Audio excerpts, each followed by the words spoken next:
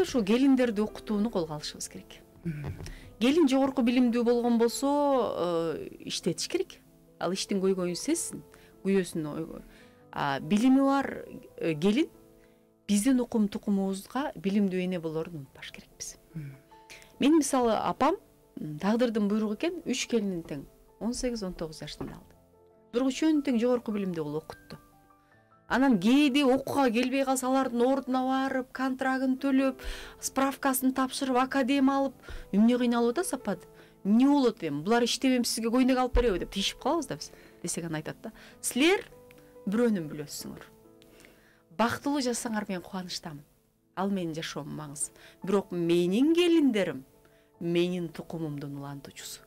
Мен билимдүү неберелердин апасын окутуп атам депчи.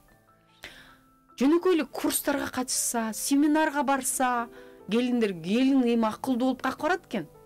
Эчтең кереги жок. Балким ошол жерден алып келген энергия биздин үй бүлөгө таасир этиши мүмкүн.